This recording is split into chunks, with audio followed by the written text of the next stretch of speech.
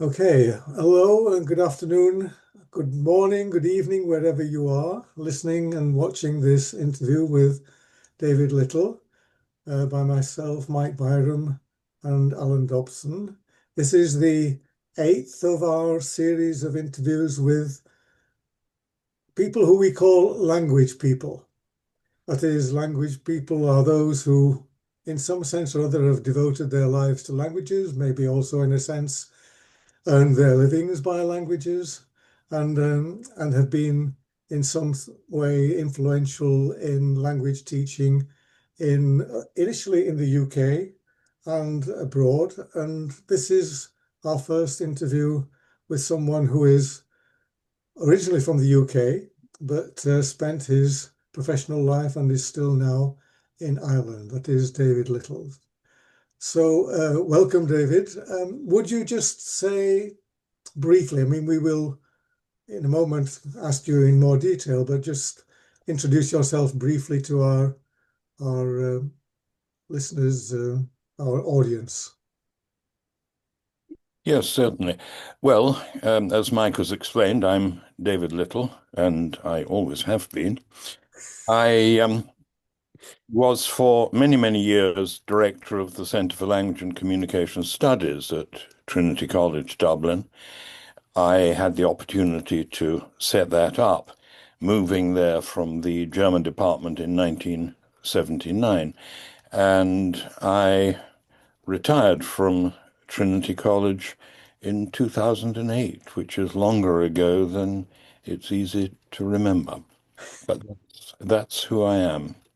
Thank you. Yes, well, 2008, by coincidence, was the year I also retired. So we're of the same generation, all of us. And so, David, we asked always to begin with how people became language people, how they at school, university, and so on began to opt for languages and how they became interested in languages, how that started, what the impulses were.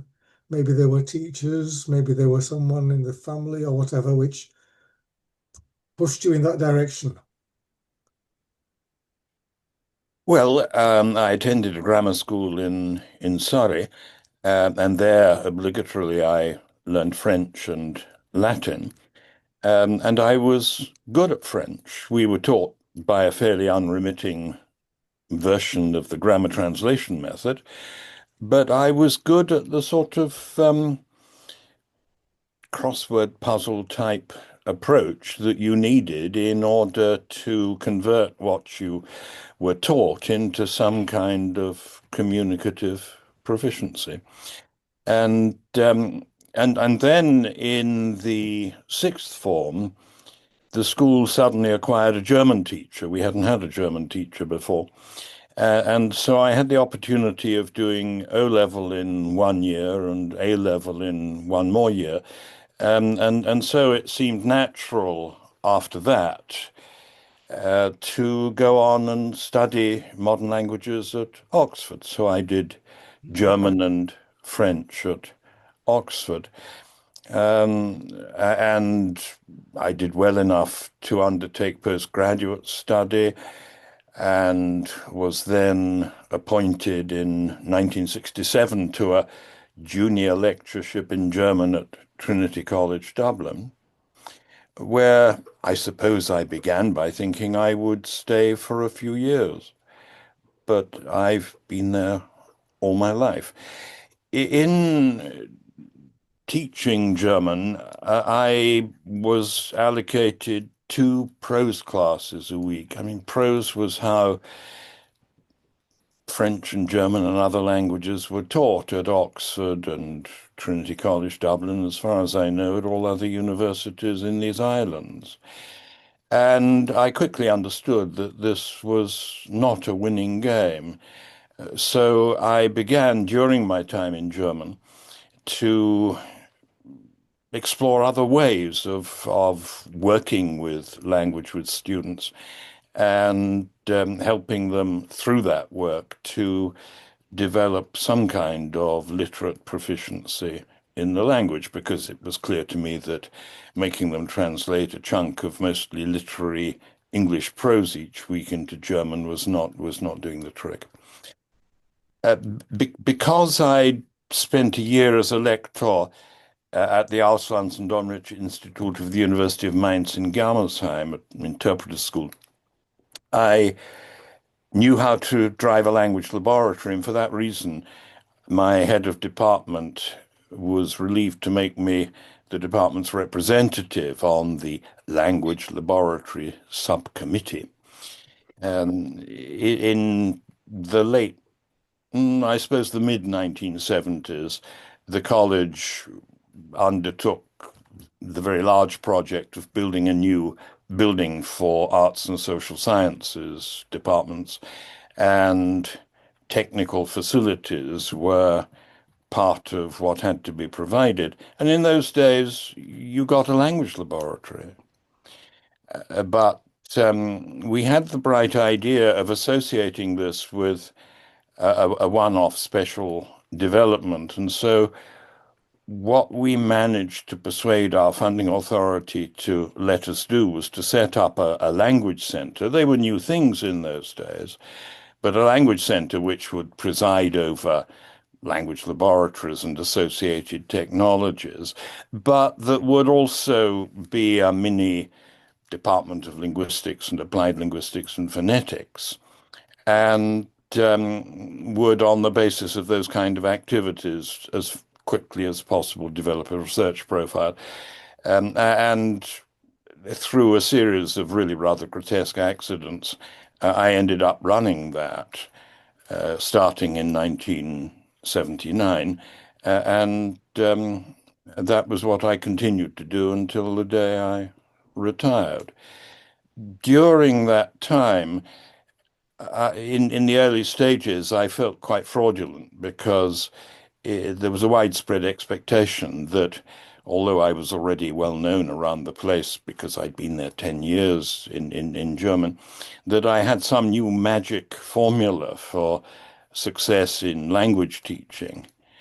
And frankly, I hadn't got a clue. I mean, that's probably pitching it a bit high, but it was in fact only when I was chairing a sort of volunteer group hosted by the long defunct Linguistics Institute of Ireland, a group of third and second level teachers who wanted to try to move things in the direction of communicative approaches, which were new in those days, that we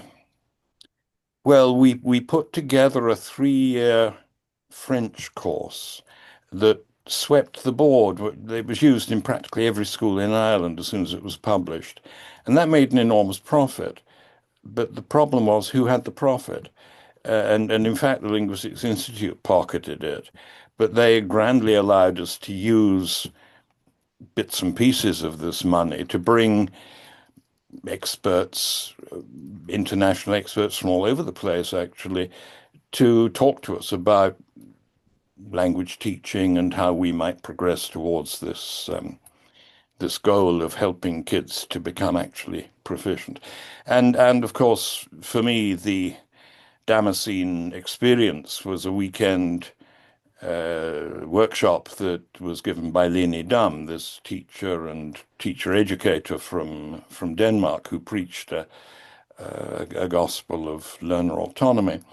And I suddenly realized that this was how you did it. I mean, she had got these kids in the relatively early stages of proficiency development, absolutely committed to learning English by using it, and using it largely under their own steam. And of course, that then set me on a path of exploration and trial and error and all the rest of it that I'm still on, actually.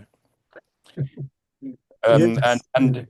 I suppose I should say, as a sort of footnote to all of that, that in my declining days in German, John Trim was our external examiner.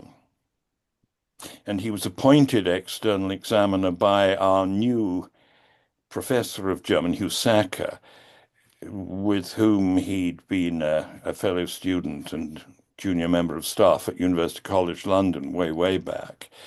And Hugh had appointed John because he thought that John would let us do the kind of things that Hugh wanted to do, which, from a rather different perspective from the one that I subsequently came to adopt, I suppose had to do with learner autonomy, giving learners responsibility, choice, and all the rest of it. And because I got to know John in that framework, when we were setting up the Centre for Language and Communication Studies, he quickly became an indispensable source of advice because, of course, he was running the Language Centre in Cambridge as part of the linguistics department, and so he had much that I could draw upon, and that, I suppose, was what then led us into, or led me into participating in some of the Council of Europe work at a relatively early stage. He came over to have one sort of advisory chat with myself and my colleagues, and came with a briefcase containing the threshold level and various other things, which of course were very recent documents at that stage in about 1977 or 8. Yes, I was well to ask you just to clarify. You've done it, the time frame. Um, but going back to how you became a language person, it sounds as though, well, you didn't say, was there any specific reason for going towards French and German rather than, I'm sure you were good at other things as well. You're probably just a little modest on these matters. So was there a reason towards French and towards languages and then German? And in that German teacher, was he the inspiration or he or she? He, I think you said. No, not really. No, it was just that yeah, I mean, it seemed to me vaguely glamorous, I think, learning foreign languages. Um, I mean, my mother had been to a grammar school in the 1920s and early 30s when in England you did that because your parents could afford the modest fees. But my father had left school at the age of 14, and no member of my family had been to university. And the idea that you could go to school and you could learn additional languages was a very I don't know, it was a sort of mind expanding thing, even if it took a very long time to actually expand your mind with the languages. Yeah. And of course, when you went to Oxford, I'm assuming it was a literature-based course. I mean, Oh, it was language and literature. It was appalling. Uh, because no, I mean, I've explained that I was taught French and subsequently German through a fairly unforgiving version of the grammar translation approach, but I assumed that it would be different in Oxford, and it wasn't. Everything was done through English. The lectures were in English. We, of course, had these wretched prose classes, and that was meant to expand our proficiency. And we had a very extensive literary syllabus to cover. And if we did seriously cover it, which some of us did, I mean, I was fairly conscientious in that regard, we ended up with a very wide-ranging receptive reading knowledge of the languages we'd engaged with.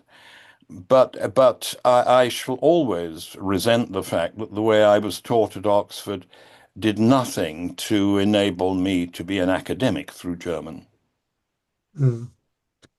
You And mentioned, and I mean, I must say, again as a footnote to that, that when I was invited back to my old college, I suppose it must be now more than 10 years ago, to meet other graduates and to meet some of the dons, nothing had changed in 50 years.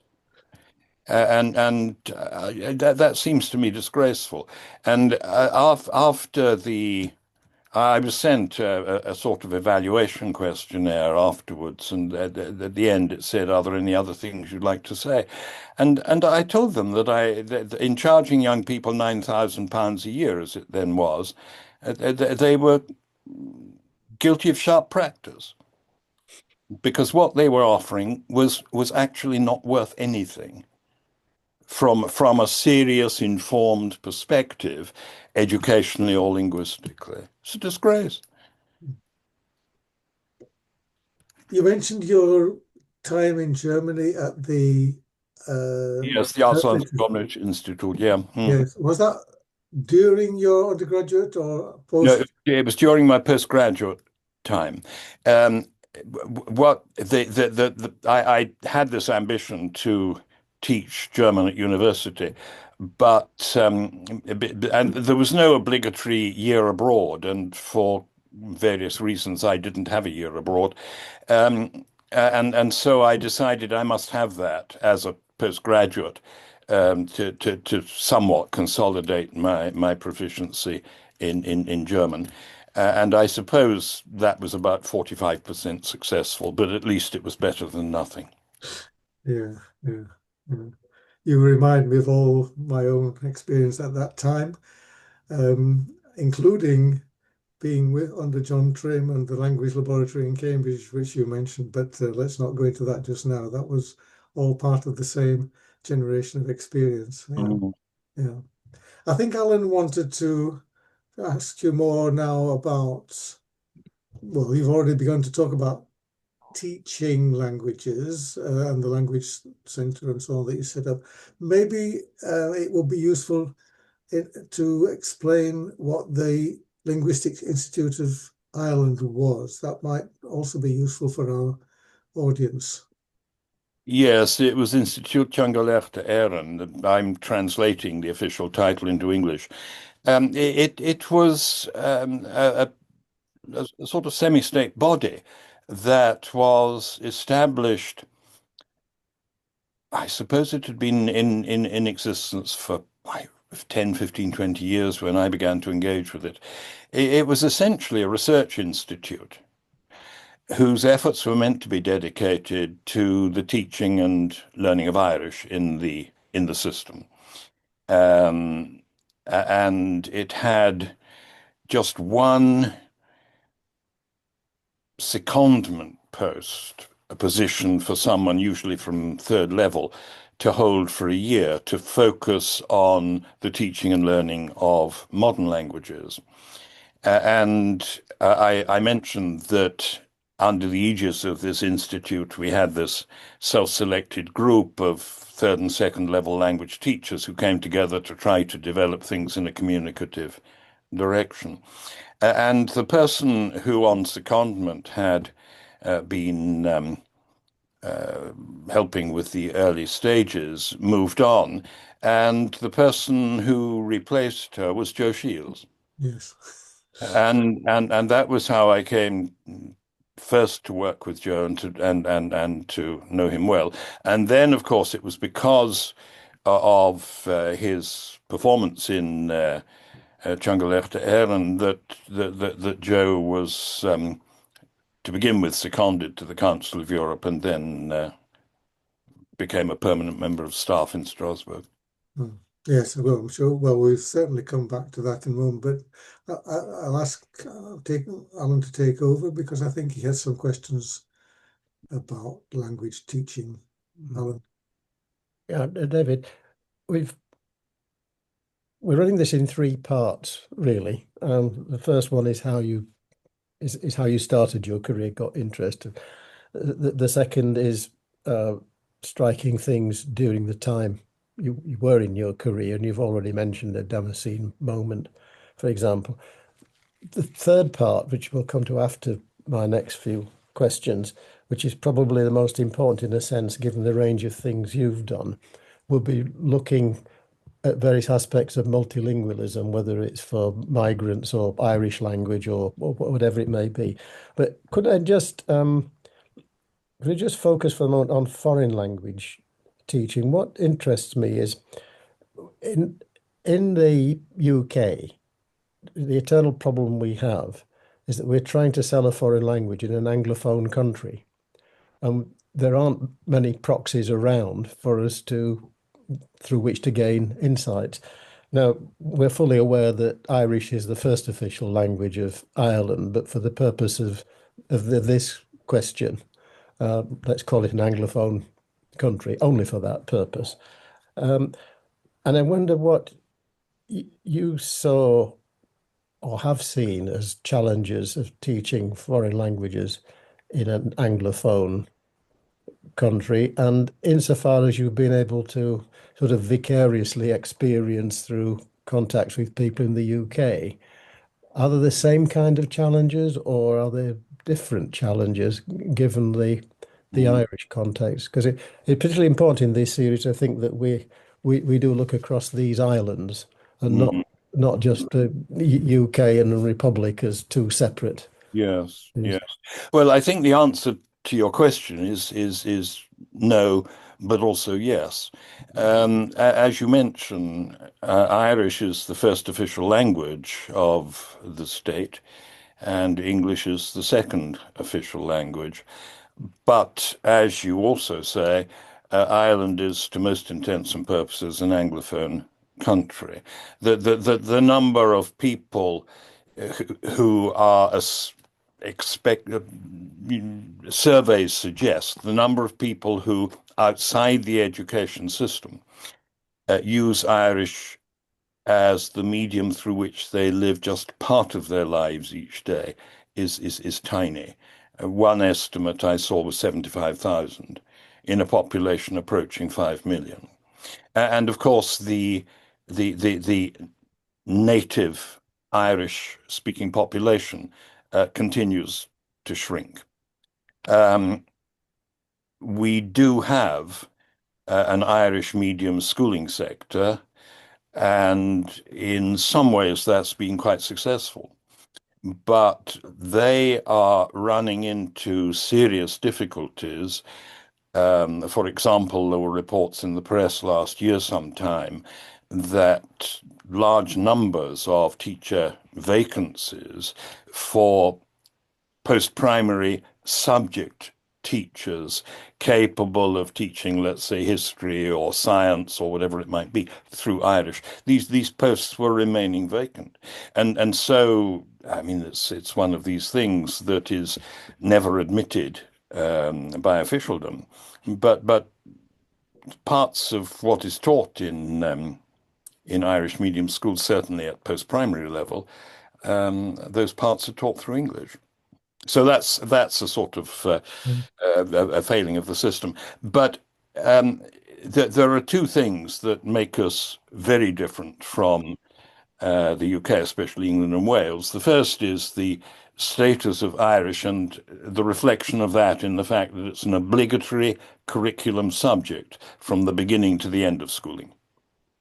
And it's obligatory in the sense that everybody has to do it and take it in the public exams unless they get an exemption.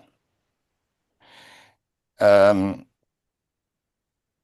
then the second thing is that in contrast to the A-level system, we have a school leaving exam in which the sort of top strand who are aiming for university education will take 7 subjects. One of those will obligatorily be Irish. Until very recently, one absolutely had to be a foreign language because that was a requirement for matriculation in any of the universities. That has gradually began to erode, and I don't think it's seen these days as the same kind of obstacle. But those two things mean that people responsible for education have not been flailing around desperately looking for ways of preserving languages in the system. On the other hand, the learning outcomes could hardly be more disappointing. And I guess they're disappointing for the same kind of reasons as you have disappointing learning outcomes in the UK. At least I assume Mhm. they're disappointing. Is it the Um, student attitude of what's the point in doing it? Is that, well, would that sum it up? yes, I don't. I was recently involved. I don't know whether you've seen the motivation manifesto that the UCML published on the European Day of Languages, Not but yet, no. I led the group that developed that, and we took as our starting point the idea that it's wrong to think of motivation as something out there that can somehow be plucked off the tree and fed to these reluctant learners. Motivation will come from inside them. And young people will do anything that they enjoy doing. And in my experience as a teacher, motivational problems arise when they don't enjoy what they're doing. And this is part of my perennial argument concerning learner autonomy, the learner control, learner choice, learner this, that, and the other dimension of that.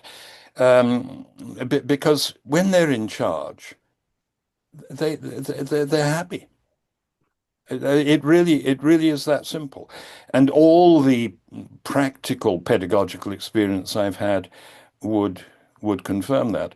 But I mean, I've often said on public platforms here, but also in other countries, that I have 5 grown-up children who between them have spent 75 years failing to become communicatively proficient in Irish. And I've 6 grandchildren who are currently going through exactly the same experience. And it is an absolute bloody scandal.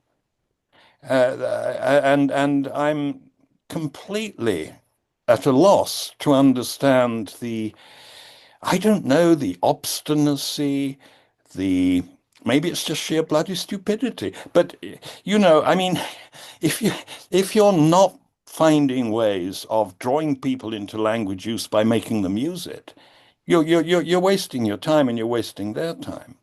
Hmm. But but the kind of thing that is very common now. My colleague Deirdre Curran was telling me she was recently on an appointment board for primary school teacher. And she always, when she is on these boards, when it's her turn to ask a question, poses the question in Irish.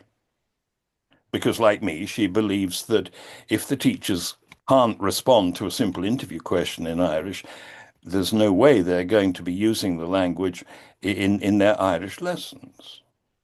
And she's more than once been confronted with this response. Oh, don't ask me to talk Irish. I can't talk Irish. I can teach the kids, but I can't talk it myself. Well, when that is a sort of expression of where you are Mm, with a language, you might as well fold your tents, mind you. mm, So that is that is how Irish is, and as I say, it's a scandal, and I can't understand why the people who have presumably the power to change things don't change things, but they don't. I mean, perhaps they just don't understand. I don't know. mhm. The other thing, before we move on, I'm interested in is that your Department of Languages and Communication, which has changed its title slightly over the years, but basically that's what it is. To my mind, it's unique in many ways because it's a language centre, it's an academic department, it does outreach, and it does materials development for primary and post-primary. No doubt there are and have been many good language centres in various universities, but I'd be pushed to think of one that's got quite that spread. Mm. Was it that you had a particular motivation in Ireland to go for outreach, or was it perhaps the prestige of being at Trinity and therefore that opens Um, doors, I would assume? Well, I mean, that kind of combination, of academic department, language centre and research institute, that was very much John Trim's vision. Yeah, yeah, yeah. I mean, that was what John Trim wished he could do in Cambridge. And he was always very pleased to be associated with our setup. And I was very pleased when, in I think about 1987 or so, the college gave him an honorary degree. Um, the outreach thing was really just a matter of things needing to be done, um, and just having the capacity and knowing how to do these things. Hmm. I mean, for example, we did an awful lot of work on developing the English language proficiency of adult refugees. That's where a lot of the work that I've been doing for the last 30 years started. Hmm. Um, well, that arose because the wife of a colleague was on the education committee of the Refugee Agency, which was a subsection of our Department of Foreign Affairs responsible for dealing with refugees and their education. And they were very unhappy with what was happening in the way of English language support for these adult refugees. They were trying to do it via the private language schools, Hmm. and it just wasn't working. And they were having this discussion, and she said, well, um, what you need to do is to get someone to look into this and write you a discussion paper. Now I can tell you just the person. So this was just in the Hmm. beginning a sort of personal contact, and the refugee agency contacted me and said, "Would I do this?" And I did. And I mean, what I told them was that they needed to set up an organization that would know what it was doing. Hmm. And then I was summoned in, and they said, "Well, what would it cost to do this?" And so we then set up, to begin with, quite an expensive. It was called the Refugee Language Support Unit, a sort of bolt-on thing that ran for a couple of years experimentally. And then we just set up a not-for-profit campus company, Integrate Ireland Language and Training, that before it was rather brutally terminated when the big financial crash came in 2008, was turning 3 million euros a year of taxpayers' money. Mm. And that was my hobby, Yeah. My one of them. yeah, my wife has who taught A-level French for 32 years. Remembers with nostalgia the authentic. Oh, yes. Um, That was Sean that, Devin's brainchild. I was involved in that. I know you were involved, But it was yeah. Sean's thing. Mm. Mm. But that would be sort of symptomatic of the kinds of things that you would do Yes, across the various levels. you see, people outside got to know through their networks that if you wanted to do something language related and you needed university support, it was always worth talking to me. Mhm. Um, our, in Ireland, there were two societies for the deaf. There was the National Association for the Deaf, which was run by the hearing parents of deaf children. And there was the Irish Deaf Society, which was run by the Deaf Society for themselves. And they wanted to do something about the lack of sign language interpreters in Ireland. There were absolutely none. And I mean, there were some people who could do it quite well, but there weren't any people who'd been through a proper training. And they somehow knew about the program that had been developed and was delivered at the University of Bristol by Jim Kyle and his colleagues, and the Deaf Society were also we had the university had a sort of program of evening courses. And the Deaf Society were teaching sign language courses within that framework. I mean, large numbers of people coming in for an hour or 2 hours each week, several hundred each term. So this was the beginning of a relationship, and then we joined the Deaf Society and Bristol in making a Horizon application, and we got the funding then to develop a course that was partly using Bristol and partly doing stuff that we provided, so that the students taking the course had a term with us and then a term in Bristol and so on over 2 years. Um, and then on the basis of that, there was an argument for setting up a Centre of Deaf Studies. And the Minister for Education of the day announced on a wet Friday afternoon that this was going to happen and it would go to Trinity College Dublin. Um, and then the provost was told there won't be any extra money, and the provost said, "Well, of course there will." So there was a bit of an argument about that. But then we had a Centre for Deaf Studies, and now we've got this Centre for Deaf Studies, which is part of the school that, in the end, I was running in Trinity, which is a major sort of refashioner of the fabric of deaf society in this country, but is also a prominent international research center for sign linguistics, and has been centrally involved in the work that the Council of Europe has been doing, largely through the ECML over the last, I suppose, decade and a half, drawing sign language into the mainstream of language education. Mm.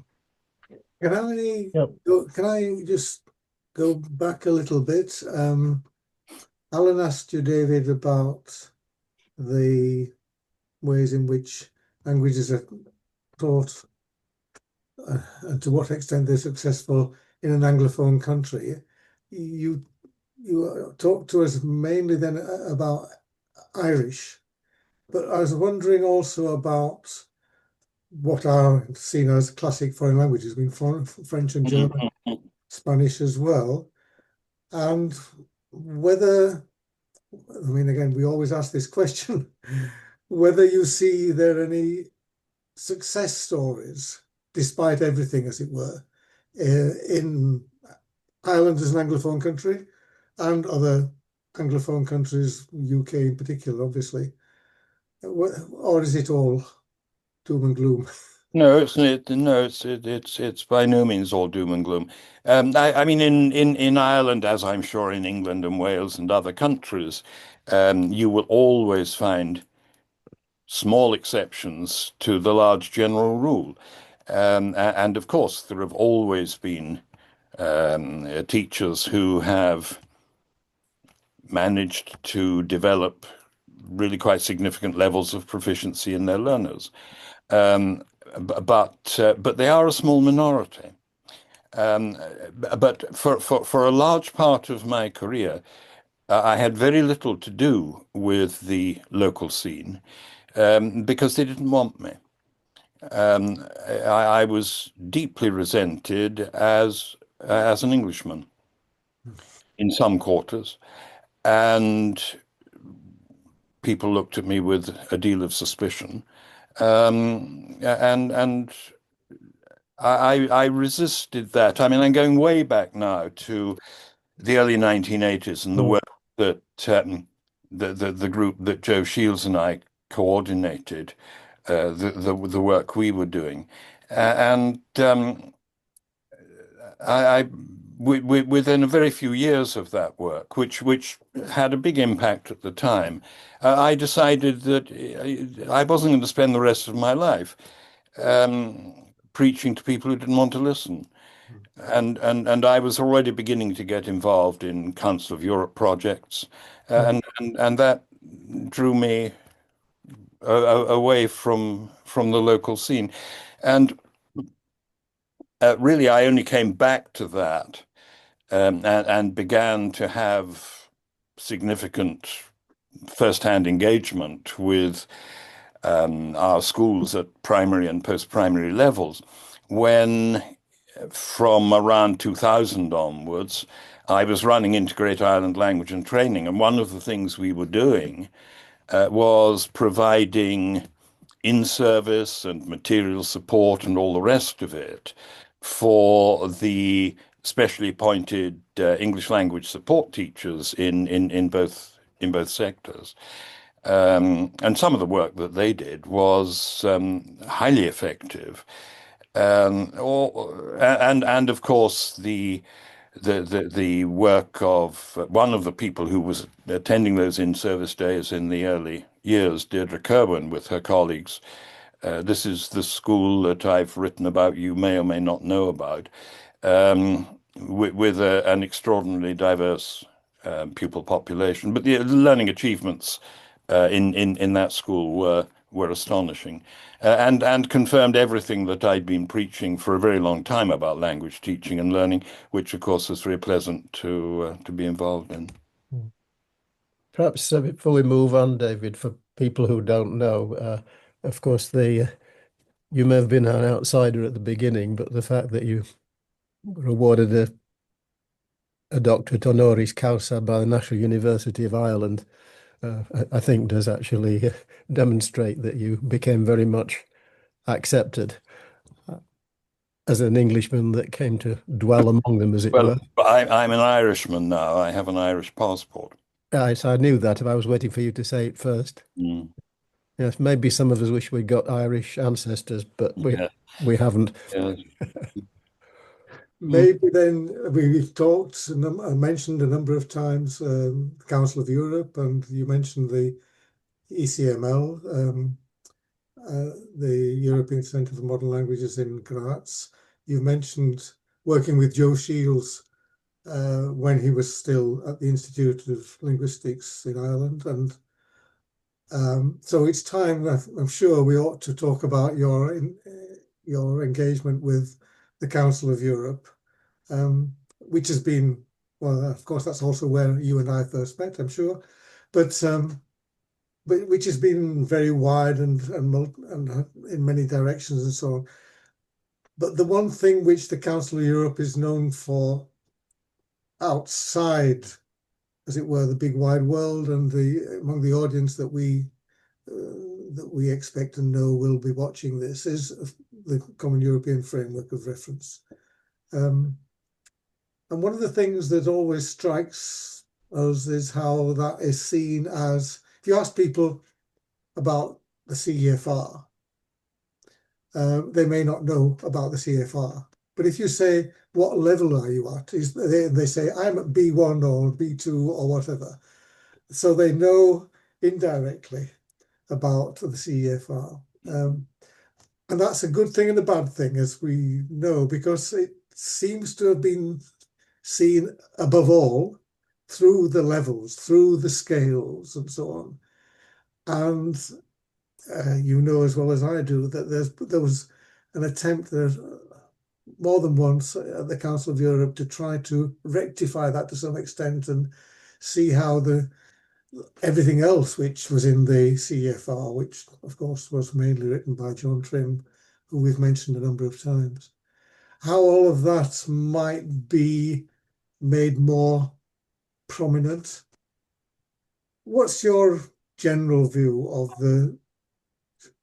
of putting the comments, success of the CEFR? Well, I think, as what you've just said suggests, it's a partial success. The levels and the scales and the descriptors are, as you say, what most people know about. Whether they use those levels, scales, and descriptors honestly is not necessarily guaranteed. But I first came across, I did write one of the preliminary studies for the CFR that I think the Council of Europe published in 1996. It was a business about strategic competence. But when we got the first drafts, these two drafts came out very quickly, didn't they, in 96 and 97, I think. And when I got them in my hand, I was beginning to grapple with the challenge of developing short, intensive English language programs for adult refugees.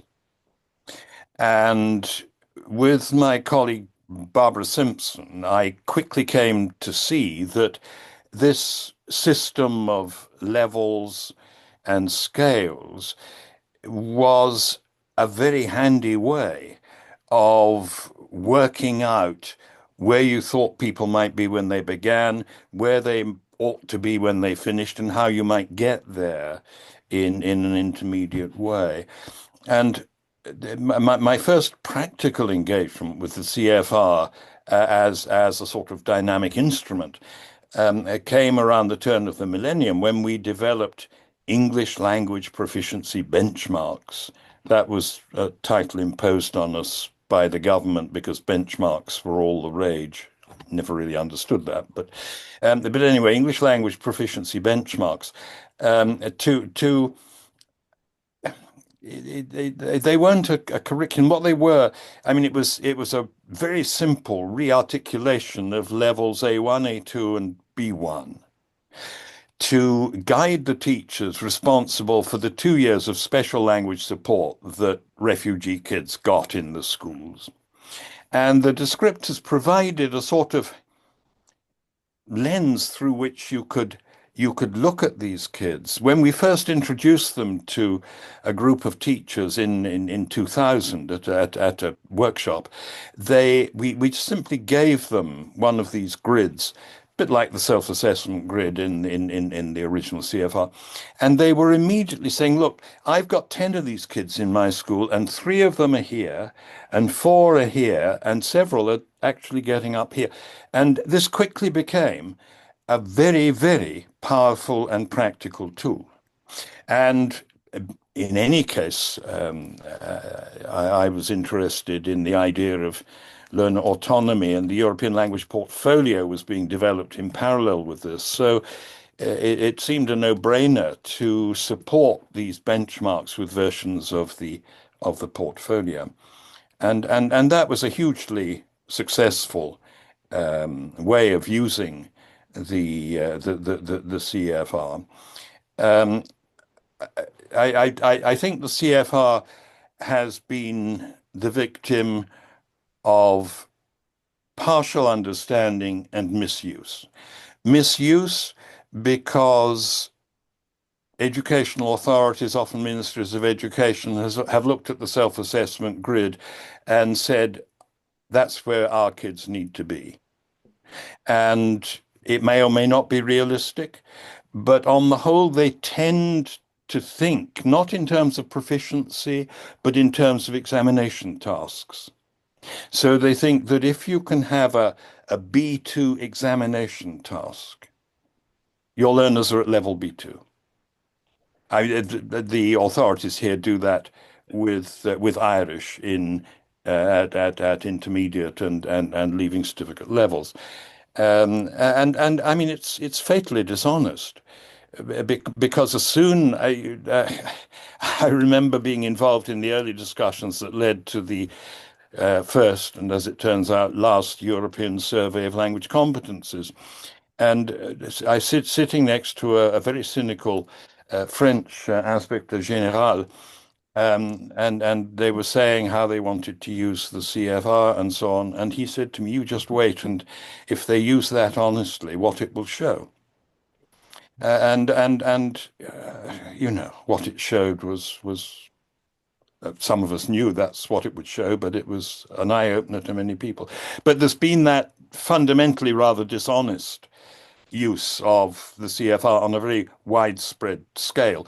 And what that means is that there have been, as far as I'm aware, rather few projects that have used the CFR as a framework for pedagogical development, learner understanding of learner trajectory and all that kind of thing, the things that we did way back in 2000. And then the partial understanding bit, I mean, people don't ever understand from the discursive text, which they perhaps don't in any case read, that the whole business of can-do descriptors is founded on this concept of the learner as an autonomous social agent.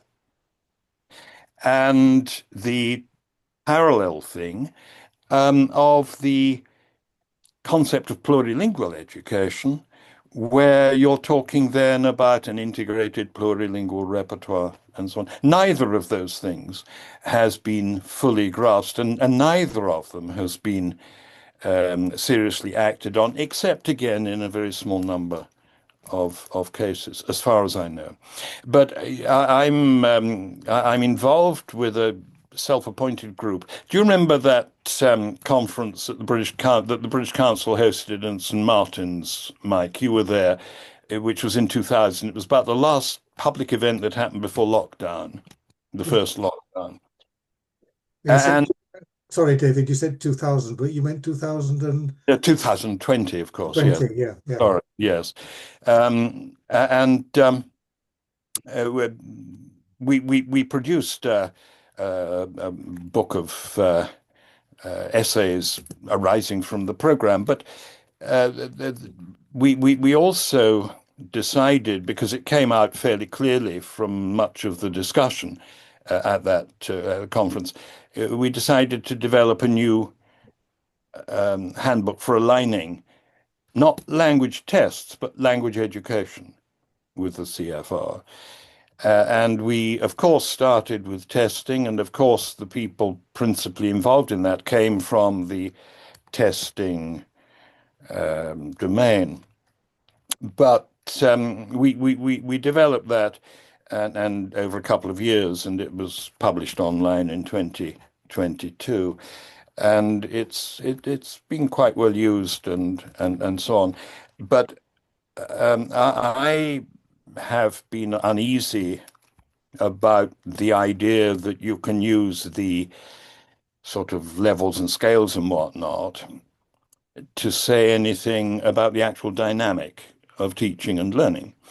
And I've been banging on for rather a long time, and I'm sure boring my colleagues in our working group, about the need to have another dimension to alignment with the CFR that starts from this concept of the learner as an autonomous social agent, but roots consideration of that in the equally important and foundational concept of a plurilingual approach to education. I mean, I think I've written a short text. We're later this year. We're hoping to publish a supplement to our handbook. We originally thought we might revise it, but the problem is that it's starting to get translated into multiple languages, so we have to let it sit for a while. But I've written a short text urging the importance of some serious thinking around this kind of theme. Alan, I Yeah. think, yeah, maybe Yeah. you want to move on to. Yeah, David, while we're on the CFER and you've touched upon the European language portfolio, as in the early 2000s, as you will recall, and of course you were chair of the validation committee. I mean, the CFER, whether it's used wisely or not, is known worldwide. The ELP hasn't caught on in quite the same way. Do you see any particular reasons why that might be? Yes, I think it didn't catch on for a couple of interconnected reasons. I mean, if you start thinking about what a program of teaching and learning might be when you're holding a copy of a version of the European language portfolio in your hand, you are likely to arrive rather quickly at something that's rather different from the typical textbook-driven, page-turning process. But the problem was that in most sectors, school sectors, the use of a textbook was obligatory or at least deeply entrenched. And so models of the ELP were add-on extras. And there was rarely any serious exploration with teachers who might use it as to how they could use it actually to save themselves time and to make the teaching learning process more profitable and blah blah blah. And so it was sort of bolted on the side and then forgotten. Um, and I mean, one of the few versions of the ELP that really became central to practice in its domain was the one we developed for primary children learning English as an additional language. We used to supply these to schools at cost, what it cost us to photocopy them. And in the last 2 years of Integrate Ireland's life, in each of those years, we supplied 5,000 copies to the sector, and assuming that those copies each had a life of 2 years while the kids were going through their 2 years of funded language support. What that meant, roughly speaking, was that 80% of the EAL pupils in Ireland were using the ELP. And we developed, you see, that it reflected the checklists and all that reflected what was in our benchmarks. They were conceived very closely together. And we developed a whole lot of materials um, on the basis of that. And we, through these in-service days, involved teachers in giving us ideas for materials that might be developed and trialing them and so on and so forth. So there was a very strong sense of ownership on the part of the teachers. And and that was very powerful, and it was very, very effective. And then it disappeared overnight when we had the financial crash in 2008. And the ministry simply wrote to me saying, from the end of, and they gave me about 3 months, I think, there will be no more money. And I spent the summer leading up to my retirement in and out of the Labour Court, making 53 people redundant, if you can imagine that. Mhm. Mm. That, Anyway, well, anyway, yes, as you say, David, anyway, but um, that leads me to ask a more general question. I'm also aware that we mustn't extend our audience's attention too far. But it makes me think about one thing we haven't explicitly referred to. That is the policy dimensions of language teaching. You've mentioned in passing a number of times how involved with and had connections with government policy and so on. Now that's been far too complex for you to tell us all about that, but I'm wondering how you see the significance of government policy and to what extent maybe government policy is something that can be, well, well, I shouldn't say manipulated, but somehow one can work around it. Is that what you've done? Or am I putting words into your mouth? um, yeah, is it what I've done? I let me sort of jump ahead. You may be going to get to this in any case, but the the problem with high level policy is that it's often very, very clear about the principles that are driving it, and it's equally clear about the kind of outcomes that should be achieved. But it stops a long way short of linking those aspirations and intended outcomes with the series of actions and activities that are going to convert policy into some version of reality. Um, I, as you know, and we may talk about at greater length in due course, got involved in Council of Europe efforts to support the educational inclusion of Roma. And one of the things that seemed to me a huge hindrance to any kind of practical progress was the gulf between these high-level recommendations that have come out of Strasbourg at regular intervals, which are very clear about the principles, basically human rights and the European Convention and everything you can get out of that, that probably Kemi Badenoch doesn't know about. And then and they know what they want to achieve, which is inclusion and cohesion, social cohesion. But there's no notion about where you then go to achieve those things. And when I was working with Deirdre Cowan and finding out the kind of things that she'd been able to achieve with her colleagues in a very, very diverse pupil cohort, I thought, well, you should be able to do that with Romani.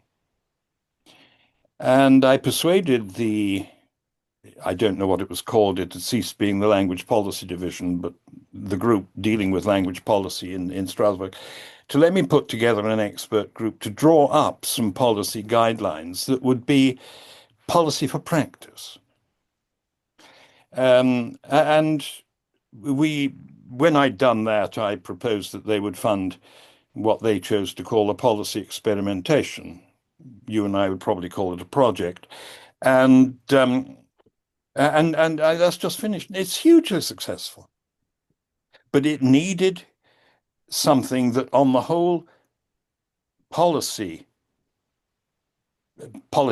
policy, never does. And to do it, you've got to link up with professionals, and you've got to develop your policy with your teachers and whatnot, feeling that they own it. I think. Absolutely. And in a way, you've mentioned the language policy division and whatever its various manifestations and titles have been. To some extent, that's what it tried to do, I suppose. Yes, absolutely, absolutely. Yeah. Was precisely an instrument to mediate between high-level policy and the classroom. Mm-hmm. Alan, we always try to limit ourselves to an hour or so. And I can feel that both of us want to ask David a lot more about specific things. I'm glad that you've mentioned the Roma and Romani and so on, because that was certainly one of our issues that we wanted to raise. We can't deal in this kind of interview with everything, and people will then follow up. And it's also one of our approaches is to add sometimes to the interview and to the website more information, etc. So we can certainly allow and encourage our audience to follow things up in more detail. But Alan, where do we go from here? There's so much that we would want to continue to talk to David about. And David, we always ask people towards the end of all of this whether there are things that we haven't. I know there are things we haven't talked about, but are there important things that we haven't talked about that you think we should still include? That's a question to both of you, really, but David, go ahead. Well, I mean, for the last, I suppose, decade and a half, what I've been chiefly focused on is continuing to explore this concept of learner autonomy and its operationalization, but then within the context of trying to find ways of making plurilingual education a reality. First of all, of course, there's my collaboration with Deirdre Cowan, and then very much inspired by that, the Romani plurilingual policy experimentation. So perhaps I could say a little about them. Yes, please do. I mean, I've explained that I was through Integrate Ireland Language and Training with Barbara Simpson offering various supports for the teachers and schools who had these increasing numbers of children coming to them without English and who had to develop proficiency in English as an additional language. And one of the schools that was particularly diverse in its pupil cohort was Scoilrige Collini, St. Bridget's School for Girls, which is the Roman Catholic parish school in Blanchardstown, which is a western suburb of Dublin that not so long ago was a village well separated from Dublin. Now, they received their first non-English speaking pupil in 1994, and she was a refugee from the Bosnian War. And as immigration to Ireland grew and grew and grew, partly because of the Celtic Tiger and then latterly because of EU expansion, the pupil cohort in the school became more and more diverse. 2014-15 was the last year in which Deirdre Cowan was principal. And in that year, they had 320 girls in the school. 80% came from immigrant families. Most of them had little or no English when they started school. And between them, they had 51 different home languages. And the policy that had evolved over a couple of decades, I suppose, in gradual stages, ended up being like this. First of all, when a child comes to you with a language other than the language of schooling, you mustn't suppress it, because if you suppress it, you suppress the child. And so you must find a way of including that language, because if you don't include the language, you exclude the child's identity. So that was the beginning of it. And you've got to do that even though you may not know the language. And they developed this policy of encouraging the girls to use their home language for whatever purpose seemed appropriate, inside the classroom as well as outside. Now, some of them, of course, could communicate with their peers talking their home language while their peers talked their closely related home language, you know, Ukrainian and Polish and that kind of thing. But many of them had languages hugely different typologically from one another. Nevertheless, this was the approach, and it in practice it worked in three ways. First of all, the kids knew who they could communicate with using their home language, and they did that in any case in the schoolyard during break. And they were encouraged to do that in group work all the way through the school, provided, of course, that they could then explain where they'd got to in English. But equally, in the very early stages, you know, 4.5-year-olds in what we call junior infants, they were learning to count, and they'd learn to count in English and in Irish, because Scoilrige was a school where they learned Irish by using it. And then the kids would teach one another to count from 1 to 5 in their home languages. And of course, all of this was reinforcing curriculum content and so on. So there was that kind of use. But they also used the language to sort of explain how they were understanding. I mean, they'd say, well, in my language, we say this. And does that mean that what you've just said means that? And there was an enormous amount of this going on all the time in every lesson, which developed astonishing levels of language awareness, even in young children, 7, 8, 9-year-olds. And then, of course, they were using the language as a sort of multilingual translanguaging resource. I mean, what this did was to give everybody a keen interest in language and language learning. The native-born Irish kids were desperate to make a success of Irish because all these other kids had got English and whatever. So they had better learn Irish. Um, People who most easily get an exemption from learning Irish are, of course, immigrants. But these kids were just, I mean, they took Irish in their stride, and the levels of proficiency in the school in Irish were very, very high. Um, and then for me, the absolute clincher, which sort of validates the whole plurilingual concept, but also the autonomy bit. These kids largely spontaneously and under their own steam developed age-appropriate literacy in their home languages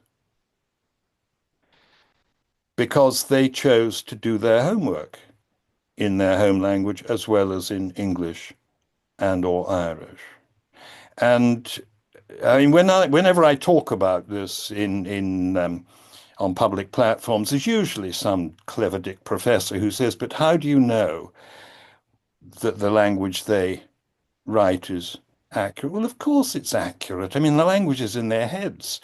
What they've got to do is to find out a way of converting that into written symbols, and usually parents or older siblings can help them with that. But after that, the interaction between the various sort of sub-academic varieties of English that they're learning in maths and science and history and all the rest start to infect their home language.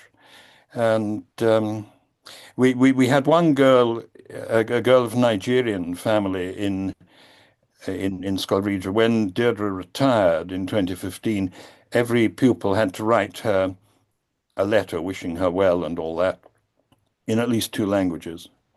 And she got a letter from this girl in Spanish and English. And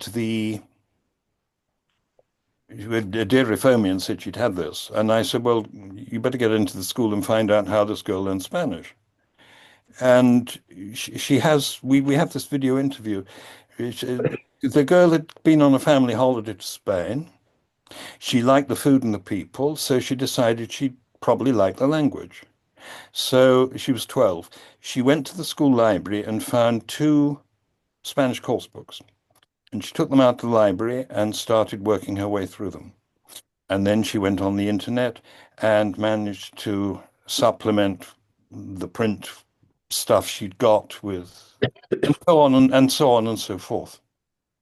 And I used to explain that on one side of a screen, and on the other I would have the text. But I got sick and tired of people saying, how do you know how good her Spanish is? So I sent the text to a friend of mine who used to be professor of Spanish at Strathclyde.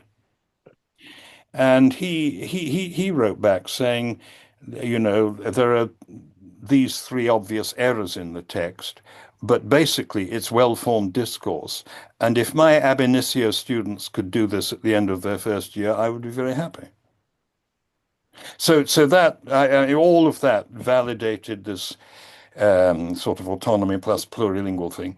And then when it came to the Romani project, I mean, I explained how I very much inspired by Scolvrigia, I thought you must be able to do a version of this to close this gap between high-level recommendation and low-level teaching and learning materials. We got three countries, Greece, Slovak Republic, and Slovenia, 10 schools, 3 in Greece, 3 in Slovakia, and 4 in Slovenia. And the schools were in 3 categories. There were those that were pretty well exclusively Roma schools. There were schools where the Roma were a minority living in settlements, like the Roma school students, which meant that the odds were they would have a variety of Romani as their home language and would not, when they started school, have very much prior contact with the language of schooling. And then the third category were Roma who were attending mainstream schools, but not living in settlements. And in many cases, they'd lost contact with the language. But basically, the challenge was to find as many ways as possible of including Romani and associated culture in the daily life of the classrooms in which these Roma kids were, um, and see what happened. Well, what happened was transformative. So were some of the things that the schools got up to. My favorite example, well, it used to be my favorite. There's another one now that might be my favorite. But my favorite example of a clever activity was in the school in Volos in Greece, where kids in grades 5 and 6, so 11, 12-year-olds, had the opportunity for afternoon activities of joining the school newspaper club. And the newspaper club produces each term a bilingual newspaper. So the kids decide what they're going to write about, they form groups, they write their texts in Greek, and they exchange their texts with one another and they correct them in all the kind of ways you would expect. When they've done that, they translate the Greek into Romani. Now, there's no written standard for Romani in Greece. They can have, there are certain guidance they can get from published sources. But basically, these kids use the orthography and phonology of Greek to create their own writing system for Romani. And in doing that, they hugely extend their sense of themselves as speakers and users of Romani. Because they're becoming literate in Romani, they greatly enlarge their expressive capacity in the language. And all of this, of course, feeds back into their proficiency in Greek and does great things for their self-esteem. The other favorite thing I have in the same school, the English teacher had them writing haiku, um, but in groups where she made sure that at least one group had a very proficient speaker of Romani and one of the better students in English. But they had to write these haikus. So haiku in Romani and Greek and English. And then, of course, they have to engage with the morphology and phonology of Romani in a way that they would never have had to do otherwise. So you can So, see you can see that it gets me yes. excited in a way that's probably not good for one of my years, but there we Well, that's wonderful, David. That really is. I think that's a good place for us to stop, because even though we could, of course, go on, but it's a good place to stop because, as you've said, it brings together your two key notions, or two of your key notions of autonomy and plurilingual education in a very striking way. Alan, I don't want to cut you out at this stage. When maybe you want to round off for us. No, I think had a pretty comprehensive coverage of the various issues that David's grappled with, usually successfully, over the years. There's various things chime with him when you were talking about the Oxford curriculum, David. I had one of my predecessors in the Spectret had a similar clash with his old college, which is Brasenose, I believe. And he said, "You haven't changed anything in 40 years." And they protested that they had. And he said, "Come off it. I was here in 1944. My son came up to the same college in 1984. I looked at what he was doing, and it was exactly what we had been doing in 1944. So that and many other things go. chimed. And no, just can I say on a personal note, we haven't to work together in recent years, but I particularly enjoyed the exchanges we had when we were trying to make the ELP work at least Oh, for some ditto. people. Yes, yes. Thank you. Well, thank you. Okay. Well, yes. It remains for me also to say thank you very much, and and to also say that I've learnt, I mean, we've known each other through the Council of Europe over a number of years, but I've learnt a lot this afternoon about your career, but also, in a sense, just as importantly, if not more importantly, your philosophy, if I can put it like that. And I think that's extremely inspiring. Thank you very much indeed, David. Well, thank you very much. It's been a great pleasure talking to you. I mean, most academics like talking about themselves, don't they? And you know, No. Well, that's it. We will finish, and I will stop the recording. Thank you.